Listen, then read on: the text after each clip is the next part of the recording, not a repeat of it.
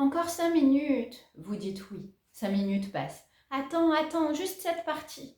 Vous attendez, la partie se termine, mais il en commence une autre. Non, mais attends, je peux pas m'arrêter là. Et là, vous éteignez. Ça crie, ça conteste, ça négocie encore. Parfois, ça pleure, parfois, ça vous insulte presque. Et vous êtes là à vous demander comment on en est arrivé là pour un écran. Peut-être que vous avez fini par dire, parce que vous étiez vraiment à bout. C'est bon, les écrans, c'est terminé, il n'y en aura plus jamais et puis c'est tout si c'est comme ça. Et vous saviez déjà en le disant que c'était impossible à tenir. Et votre enfant aussi, elle savait. Si arrêter un écran chez vous finit souvent en cri ou en négociation, vous êtes au bon endroit. Aujourd'hui, je vais vous montrer pourquoi ça déraille et ce que vous pouvez faire concrètement pour que ça se passe différemment. Quand votre enfant est devant un écran, ce qui se passe dans son cerveau, c'est qu'il y a un circuit de récompense qui s'active. L'organisme produit de la dopamine, une molécule du plaisir et de l'anticipation. Et les écrans sont des machines extraordinairement efficaces pour déclencher cette production. Chaque notification, chaque vidéo, chaque niveau franchi provoque une micro-libération de dopamine. C'est pas un défaut de caractère de votre enfant. C'est pas parce qu'il est accro aux écrans, parce que vous avez fait mal quelque chose.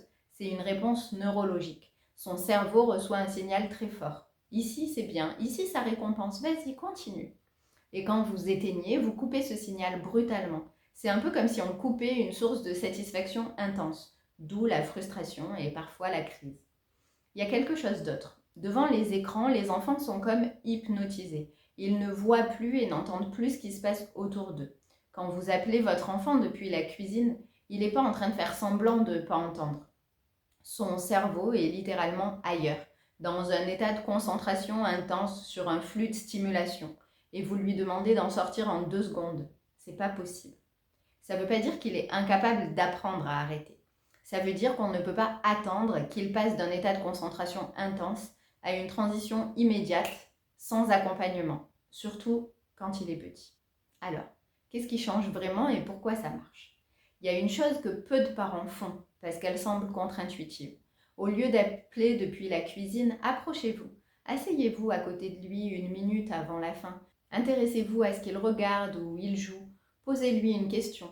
En créant ce petit échange, vous l'aidez doucement à réactiver la partie du cerveau qui revient à la réalité. Vous lui construisez un pont entre son monde stimulant et ce qui vient ensuite. Ça prend 2 minutes et ça change complètement comment se passe l'arrêt. Et des fois, on a l'impression qu'on va perdre du temps, mais on gagne tellement d'énergie en faisant ça. Parce que le reste devient beaucoup plus simple. La première chose, c'est d'annoncer avant, pas pendant. Avant d'allumer l'écran, on fixe une durée et on annonce clairement la fin. Tu pourras regarder un épisode et quand c'est fini, on passera à autre chose. Puis, quelques minutes avant la fin, vous prévenez à nouveau, pas pour négocier, pour que son cerveau commence à se préparer à la transition.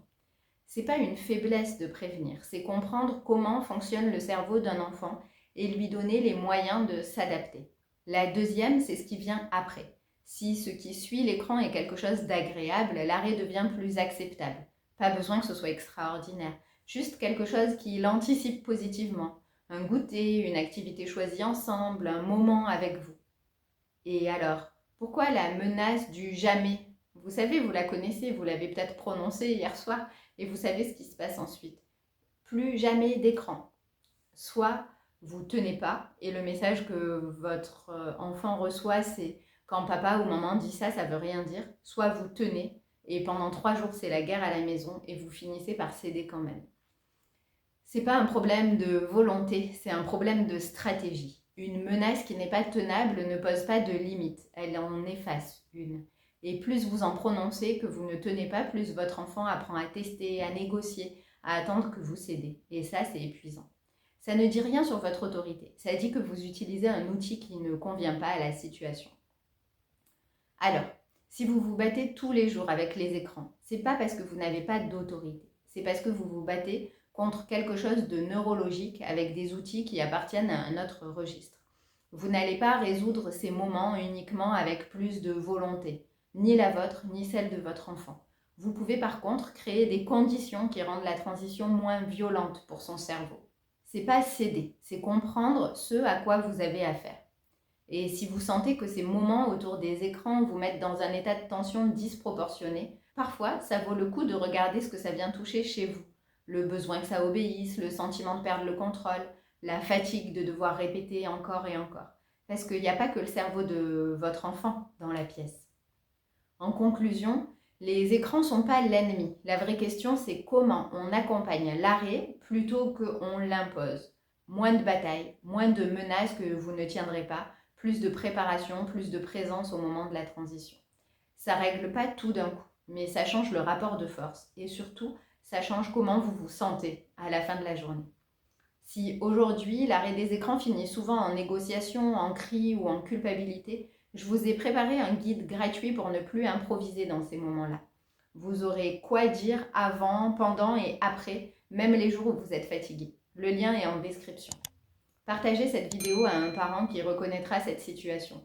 Ça peut lui faire du bien de comprendre pourquoi c'est si dur.